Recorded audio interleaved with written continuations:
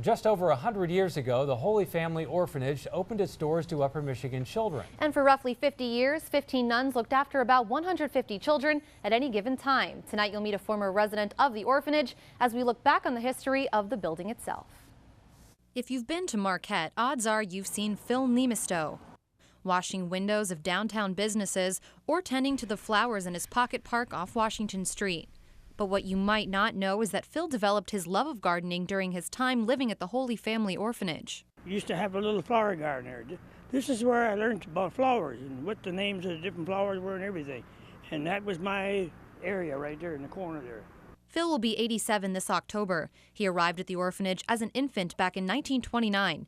And like many of the children there, Phil wasn't technically orphaned. His parents were still alive. He and his sister lived at the orphanage while his oldest sister stayed at home.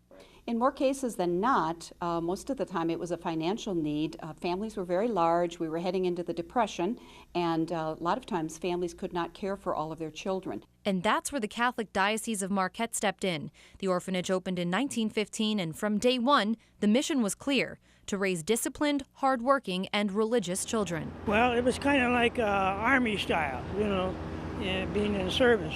Everything was at a certain time, a certain hour, and there was a lot of praying going on. Praying when you got up, praying when you went to bed, praying when you went to eat. But we have no idea of knowing how harsh their home life would have been. So in a way, the Catholic Diocese and the nuns and priests were able to help these children survive in a strict environment, but still they received everything they needed. That wasn't until the children were about 13 or 14. At this point, the young women were either asked to join the order or to leave and find a job.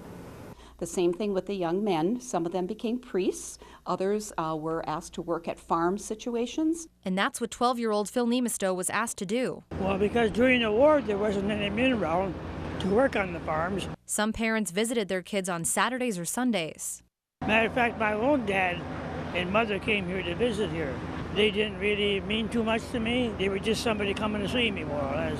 Times have changed, though. Many orphanages around the country moved away from asylum care to foster care. And after the orphanage shut down in the 60s, it was used by the diocese for office space.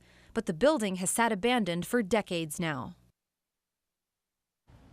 That building will soon have new life, though. Tomorrow night, you'll have a rare look inside in its current condition, and the architect on the project will tell us how that structure will become Marquette's newest affordable housing complex.